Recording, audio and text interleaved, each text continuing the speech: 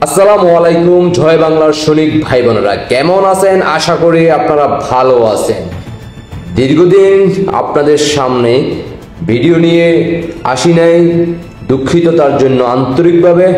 সময় এবং কি অন্য কাজে ব্যস্ত থাকার জন্য কাজ করতে পারি নাই। আবারও আপনাদের সামনে প্রতিদিন চেষ্টা করব বিভিন্ন তথ্য এবং কি আপনাদেরকে যে কোনো নির্দেশনা পৌঁছিয়ে দেওয়ার কাজ করে যাব। দোয়া করবেন, পাশেই থাকবেন। দেশে এবং প্রবাসে এই মুহূর্তে আপনি কোথায় থেকে দেখতেছেন জানাতে পারেন কমেন্টে, এবং কি সর্বোচ্চ শেয়ার করে দেখার সুযোগ করে দিবেন আমাদের সাদ্দাম ভাই কি বলে শুনবেন। আর প্রত্যেকটা ছাত্রলীগ থেকে শুরু করে আওয়ামী লীগ, যুবলীগ, ছাত্রলীগ, আওয়ামী লীগের অঙ্গ সংগঠন সবাই যাতে, সাধারণ জনগণ সহ সবাই যাতে শুনতে পায়, জানতে পারে, এবং কি আপনাদের নিজ দায়িত্বে সর্বোচ্চ শেয়ার করে দেখার সুযোগ করে দিবেন। শুনতে থাকুন আমাদের সাদ্দাম ভাই কি বলে।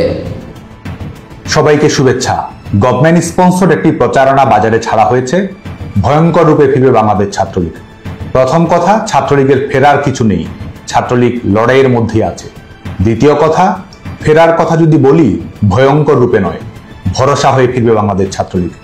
পেছনের দিকে যদি তাকাই, কোটা সংস্কারের দাবিতে বাংলাদেশ ছাত্রলীগ নিজস্ব কৌশলে এগিয়েছে, সরকারের কাছে আহ্বান এবং রাজপথে সক্রিয় ভূমিকা পালন করার চেষ্টা করেছে। শুধুমাত্র মিছিল, মিটিং কিংবা সমাবেশ নয়, বাংলাদেশ ছাত্রলীগ বরং কয়েক ধাপ এগিয়ে কোটা সংস্কারের দাবিতে পলিসি অ্যাডভোকেসি করেছে। শিক্ষার্থীদের মতামত সংগ্রহ করার জন্য ডোর টু ডোর ক্যাম্পেইন পরিচালনা করেছে।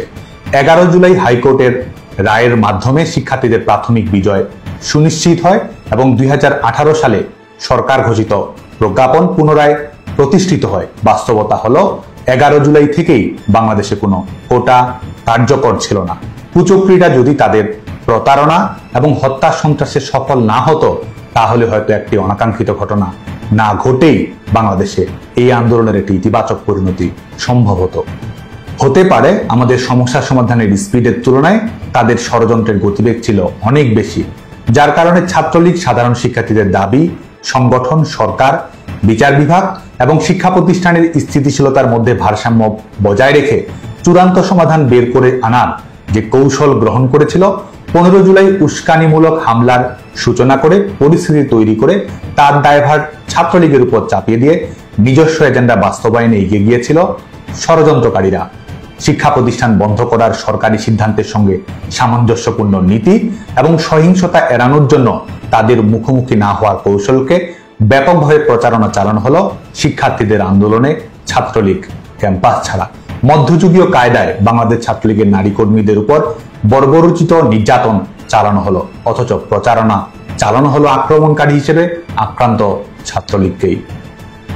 আজকে অনেকেই অনেক কিছু বলছে, অনেক কিছু করছে। শুধু এটুকু মনে করিয়ে দিতে চাই, যারা আজকে ছাত্রলীগ নিষিদ্ধ বলে বলে মুখে ফেনা তুলছে, তারাই এক সময় ছাত্রলীগের নেতাকর্মীদের সাথে সেলফি তোলার জন্য লাইনে দাঁড়িয়ে থাকতো। উড়ে এসে জুড়ে বসে যারা আজকে ক্ষমতার দাপট দেখাচ্ছে, ছাত্রলীগের কর্মী সমর্থকদের ক্লাস পরীক্ষায় অংশগ্রহণ করতে দিচ্ছে না, তারাই বিগত সময়ে নির্বিঘ্নে একাডেমিক জীবন সমাপ্ত করেছে, ক্যাম্পাসে অ্যাক্টিভিজম করেছে। নিজের স্বীকারোক্তিতেই যারা আগে 4000 টাকায় মাস চলতো, তারাই আজকে 4 কোটি টাকার গাড়ি হাঁকাচ্ছে। আমি দৃঢ়তার সাথে বলতে চাই, ছাত্রলীগই ইতিহাসের প্রাণ ভোমরা। ন্যায়ের শক্তিতেই আমরা শক্তিশালী। দখলদার ফ্যাসিস্ট অপশক্তি আমাদের তথাকথিত নিষিদ্ধ করতে পারে, কিন্তু স্কুল কলেজের ছোট ছোট ছেলেমেয়েরা সবাই একসাথে যে গায়ে জাতীয় সঙ্গীত, তা আমাদেরই রক্তের ফসল। জুলুম করে আমাদের শিক্ষার অধিকার থেকে বঞ্চিত করতে পারে, হাজার হাজার নেতাকর্মীকে কারাগারে প্রেরণ করতে পারে, জীবন কেড়ে নিতে পারে, কিন্তু বাংলাদেশের প্রতিটি ক্যাম্পাসের প্রতিবাদী তরুণের কপালে বাঁধা লাল সবুজের পতাকার ডিজাইনার বাংলাদেশ ছাত্রলীগ। মুক্তিযুদ্ধের মধ্য দিয়ে অর্জিত হওয়া বাংলার তারুণ্যের নায়ক ছাত্রলীগ। মায়ের ভাষায় কথা বলার অধিকারের জন্য শহীদ হওয়া সন্তানের নাম বাংলাদেশ ছাত্রলীগ। যুগে যুগে স্বৈর শাসকের বিরুদ্ধে প্রতিবাদ করে গণতন্ত্রের দাবিতে জনতার ক্ষমতা জনতার কাছে ফিরিয়ে দেওয়ার লড়াইয়ের নাম বাংলাদেশ ছাত্রলীগ। দখলদার স্বৈর শাসক আমাদের নিষিদ্ধ করেছে, আমরা বাংলাদেশে গণতন্ত্র ফিরিয়ে দেব। আমাদের সার্টিফিকেট বাতিল করেছে। অবৈধ সরকারের কাছে আমরা সার্টিফিকেট ফেরত চাই না। গণতন্ত্রের জন্য রাজপথের লড়াইয়ে জনতার সার্টিফিকেটই আমাদের কাছে অধিকতর মূল্যবান। আমাদের উপর দমন পীড়ন জুলুম চালিয়েছে, আমরা ন্যায় বিচার নিশ্চিত করব। শিক্ষার্থীরা আমাদের বন্ধু, পক্ষ, প্রতিপক্ষ নয়। আমরা বনামের রাজনীতিতে না, বরং এবংয়ের রাজনীতিতে বিশ্বাস করি। ভবিষ্যতেও সকল সাধারণ শিক্ষার্থীর মানসম্মত একাডেমিক জীবন, দক্ষ মানব সম্পদে পরিণত হওয়া এবং সবার উন্নত ক্যারিয়ার নিশ্চিত করার জন্য বাংলাদেশ ছাত্রলীগ কাজ করে যাবে। আমি নিশ্চিত করে বলতে চাই, ভয়ঙ্কর রূপে নয়, ভরসা হয়েই ফিরবে বাংলাদেশ ছাত্রলীগ।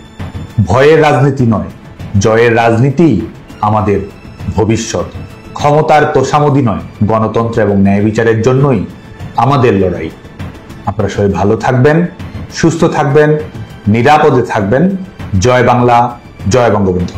জি, শুনলেন তো, শুনে ফেললেন।